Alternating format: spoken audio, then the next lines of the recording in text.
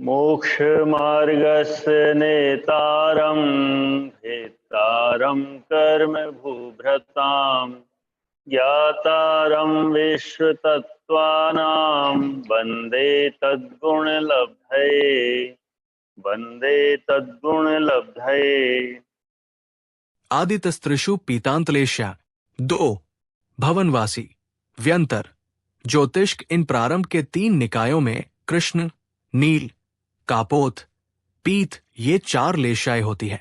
आदि के 3 निकायों भवनवासी, व्यंतर, ज्योतिष्क के देवों में पीत अंत है जहां तक, अर्थात कृष्ण, नील, कापोत, पीत ये 4 लेशाएं होती है।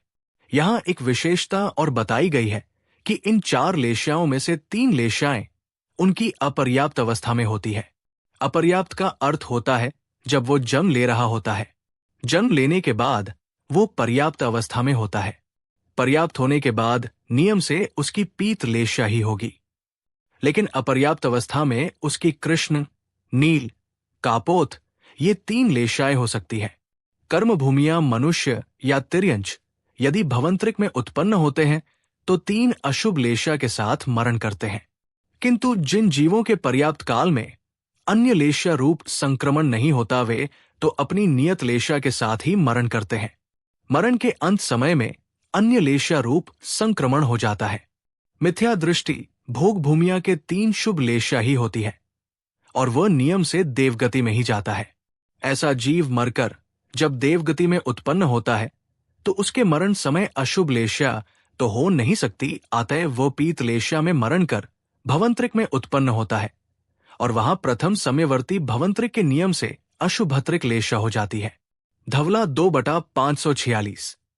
लेशा अपने परिणाम मापने का मानो एक फीता है, जिसे जैन दर्शन में लेशा कहा जाता है। लेशा का अर्थ होता है अपने भावों को मापना। अपने परिणाम कैसे चल रहे हैं, इसे आचार्य ने 6 लेशाओं के माध्यम से कहा है। 6 लेशाओं में 3 लेशाएं शुभ होती है और 3 अशुभ होती है। शुभ लेशाओं के नाम हैम्पीत लेशा, पद्म लेशा और शुक्ल लेशा।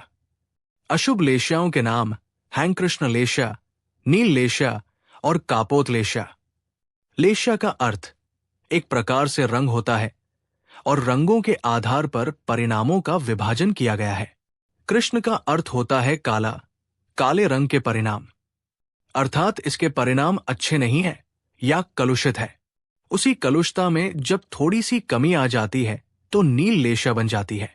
उसमें काले रंग से कम कलुषता होगी, वो नील लेशा के परिणाम वाला कहलाएगा।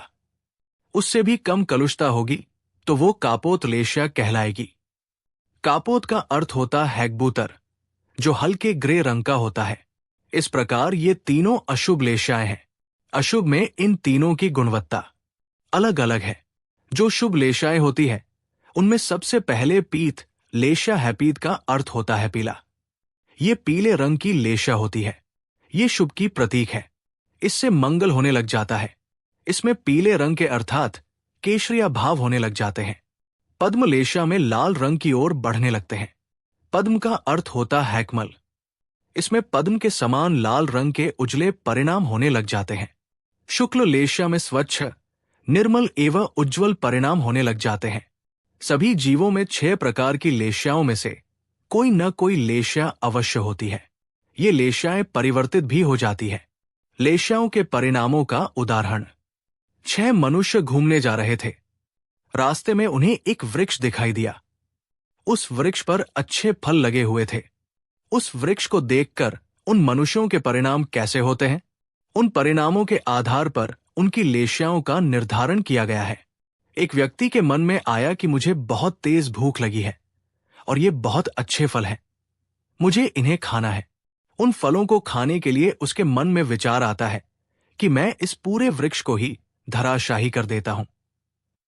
पूरा वृक्ष जब टूट जाएगा तो मैं इसके फलों को आराम से खाता रहूंगा। इस तरह पहले व्यक्ति के मन में विचार आता है कि मुझे वृक्ष को जड़मूल से ही काट देना है। ये कृष्ण लेशा के परिणाम हो गए। दूसरे व्यक्ति के मन में विचार आता है कि वृक्ष को खड़ा रहने दो, उसे काटने की कोई आवश्यकता नहीं है। इसका जो ऊपरी स्कंध है वहां से इसे काट देता हूं। उसने जड़मूल से काटने की जगह स्कंद से काटने की बात सोची और उन फलों को खाने का विचार किया। इस तरह ये नीललेशा के परिणाम हो गए। तीसरे व्यक्ति के मन में आता है कि स्कंद काटने का कोई लाभ नहीं है।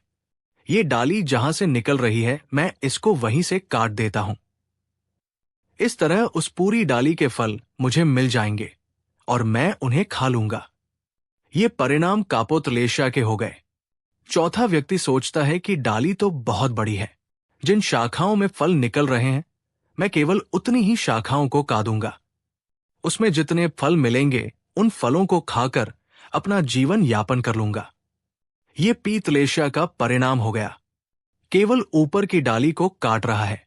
वो न डाली को काट रहा है, न स्कंद को काट रहा है और न ही जड़मूल से काट रहा है।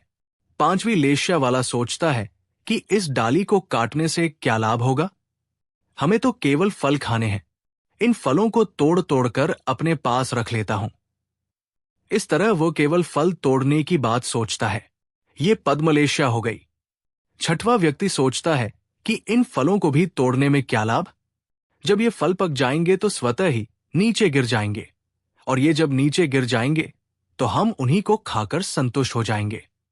ये शुक्ललेशा वाले व्यक्ति के परिणाम होते हैं। ये शुक्ललेशा हो गई। लेशा का विस्तार से वर्णन सूत्र 22 की व्याख्या में आएगा। तत्वार्थ सूत्र अध्याय 4 सूत्र 2 से भवंतरिक देवों में लेशा की व्याख्या का वर्णन पूरा हुआ। जिनवाणी माता की जय।